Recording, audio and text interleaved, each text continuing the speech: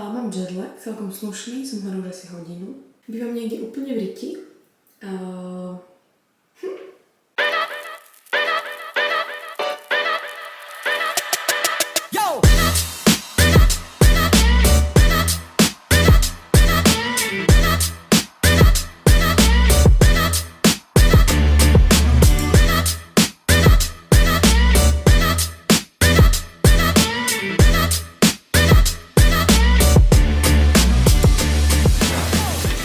Ja toto nezvládam, to je proste... Ja strašne potrebujem tú fľašu. Teda nepotrebujem ju vôbec, ale strašne chcem. Túto, alebo tu s tým sosáčikom. Pozrite sa, aké to je komické. Top. Ale táto je fakt, že v tlaku. Tak to môžete nosiť, ako keby som mal nejaký hiker však, ale fakt top. Tak čo? Ako sa to dá odniesť? To sa ani odniesť nedá taká fľaša. Ja to nejako vymyslím. No tak, ale značkový utierák je dosť prežitok. Akože nie je drahý, ale povedzte mi, však potrebujete utierák, lebo sa potrebujete utrieť, nie? Na čo vám je Calvin Klein utierák? No. Ale pomohlo mi to na môj mentálny breakdown, takže som šla do mesta, je to strašná sranda. A kúpila som si, ja vám to potom ukážem, to sa poserete, to som akože guilty.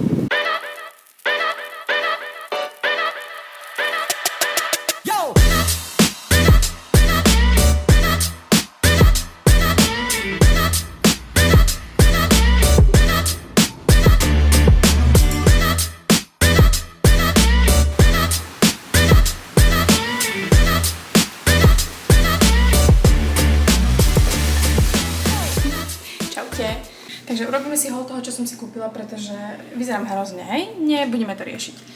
Oni vám dajú inak 40 miliónov tašiek, keď niečo si kupujete, takže mám 40 miliónov tašiek teraz. Kúpila som si dve omáčky na cestoviny. Hej, Good and Gather, to je dobré, to je lacné. Takže som si kúpila tomato, basil and garlic. Čiže paradajka, bazilka, cesnak a ešte som si kúpila 3 syry. Nie 4 syry, 3 syry. A v tejto taške máme ešte rýžu. Takže máme rýžu. Hej? Neviem, čo sa budem robiť. Farfále, motýličky a rigatony. 4 grécke jogurty za $5. Čo znie hrozne, ale vlastne to nie je veľa. Aj keď ja doma kupujem grécke jogurty v zásadne v zľave za 40 centov, ale nevadí. Mám salsu. A kúpila som si salsu, že pineapple and peach. A kúpila som si ju pretože som si kúpila tortily a syr a budem si robiť syrovú quesadillu. Takže, hej no. Pineapple, peaches and jalapeno peppers. Mild heat. Noodles, Good and Gather. Neviem, proste ketchup. A ešte mám salt and pepper. Takéto duo. Ja vám ukážem, že som si kúpila poslednú vec. A to je toto. Haló. Haló. Vyzerá to teda takto. Je to zázvor a broskyňa. No, takto. Čo vám k tomu poviem? Má to 0 kalórií.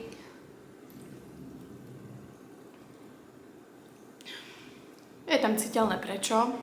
Takže práve som prišla domov, vyzerám takto. Bol to môj prvý deň v práci, bol fajn. Som dneska ešte trošku unavená, takže si myslím, že poďme spať. Tento Top Guard je fakt absolútny masterpiece. To vám ako poviem ako je.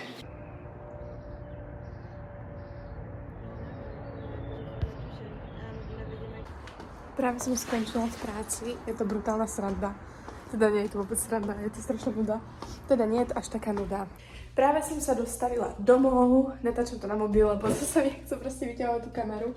Idem si spraviť ale niečo na jedenie, pretože som strašne hladná. Kúpila som si ešte, keď som prišla v útorok, tak som si kúpila toto. Že cheesy chicken and rice bowl. Neviem, hej, ale dá sa to spraviť v mikrovlnke. Tak si to idem urobiť. Proste vyzerá to hrozne. Pozrite sa. Dnes 5. deň, čo idem do práce. Včera mi zmenili... Ja mám little introduction, hej. Ja neznášam zmeny na poslednú chvíľu a ťažko sa adaptujem na zmeny celkovo. Možno to bude ten dôvod, prečo som tu mala prvé 2 dni mentálne zrútenie. Chcela som ísť cvičiť, chcela som si možno dať dokopy to, čo som doteraz natočila. No a chcela som si čítať a tak si proste počilovať. Ale včera mi prišla zmena celého schedule a pracujem na úplne inom bazéne celý týždeň, takže aj dnes pracujem celý deň, čo už som sa s tým akože zmierila, aj keď mala som vnútornú úzkosť. Dosť značnú, hej? Dosť to na mňa doľahlo. Už som to začala nezvládať a ešte som mala mať spolubývajúcu voľnu vo štvrtok, že sme ho mali mať spolu a chceli sme ísť do mesta sa pozrieť. Teraz máme voľno, že ja ho mám v piatok a ona ho má stále vo štvrtok. Tak mesto nebude, ale nevadí, snad niekedy na budúce. A overall je to zatiaľ fajn. Ja neviem tých Američanov úplne odhadnúť, ale nevadí. Boli sme s Dio v meste a to bolo fakt vtipné. Vynechám všetky detaily toho, že sme boli v meste, ale bolo to fakt smiešné. Už sme v práci a zatiaľ sa tu nič nedeje. Ani sa to podľa mňa nič deť nebude.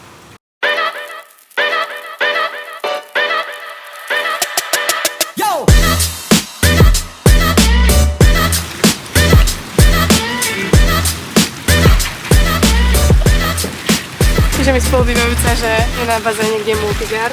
Tam tie plavčičky ohovárajú iné plavčičky. Proste oni sú tí Američania. Akože aj u nás to funguje, ale ja to akože nemám rada. Proste keď máš taký problém, tak ho povedz. Na čo to proste vraj dostupnúť, čo to tak urobíš. Toľko k môjmu vnímaniu ohovárania na pracovisku.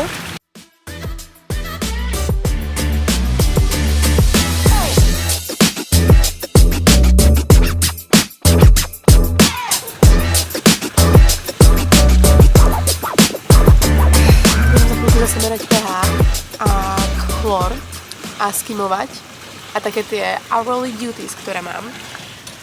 No ale inak zatiaľ to v pohode, najviac som tu mala dokopy 13 ľudí, hej, že tu bolo 13 ľudí naraz a inak celkom pohodička. Čo je najhoršie, tak to je asi to, že mám brutálnu nádchu, fakt, že extrémnu, takže to je asi najhoršie, ale počujem podcast, pijem si kávu, že som si objednala Starbucks za $11.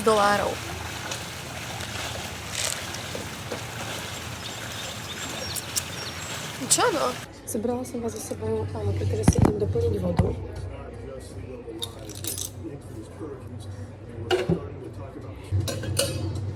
Každý ten property má akoby takú leasing office. Vrátime sa späť k tomu, čo som vravela, pretože vyušiel taký pán. Takže máte proste takú leasing office, kde máte... no ja si tam proste chodím po vodu, hej, ale máme leasing office aj u nás na ubytku. Tam som ešte nebola, ale je tam internet a mne moc nie je dobré dáta na notebooku. Asi budem chodiť tam písať proste články a uploadovať ich na admin, pretože ja nie som moc trpezlivá, pokiaľ ide o technológie a pokiaľ mi to nejde, tak ako mi to nejde, tak I'm losing my shit. Urobím vám rýchly vstup spred obchodu, kým si naskladám môj nákup do tašky. Dnes mám prvý deň, kedy som šla do práce na bicykli. Nebudem sa k tomu vyjadrovať, vyjadrím sa k tomu inokedy, hej. Jediné, čo poviem je, že neodporúčam. Vysostne neodporúčam v Amerike jazdiť na bicykli. Položím si vás sem, aby ste ma videli. Kúpila som jedny keksíky, jedny Doritos a jedny cukríky. Platila som $13. $13 som za to zaplatila. Tu prosím vás pekne čipsy stoja, že $6, hej? Nebudeme jesť čipsy. Najlacnejšie, čo si tu môžete dať, sú cestoviny s omáčkou, takže to si budem variť najbližšie 3 mesiace, cestoviny s omáčkou a s mäsovými guľovúčkami. Sa trošku uskromníme, hej? Pretože $6 za čipsy, to som ešte nevidela. Inak viem, že vás všetkých zaujíma, ako to vyzerá, hej? Takže vyzerá to takto. Toto je môj fit na bicykel. Fakt hrozné. Toto je inak prvýkrát, čo vidím niekoho na bicykli, kto nie je ja, alebo môj spolubývajúci. To je, že... rarita. Veľká rarita. Juhu! Neviem, či ste videli, že sa niečo také robí, teda vedeli, Ja som to totižto nevedela, ale robí sa to. A to je to, že sa vysáva bazén. Či to funguje, ťažko povedať. Musím povysávať tento bazén a počúvam pritom nový Porsche album ako strašný banger. Brutálny thunderstorm. A ja som prišla na bicykli. Mám takýto krásny výhľad s týmto krásnym soundtrackom môjho nepojazdného bicykla. Mám ho 2 dní. Alebo 3.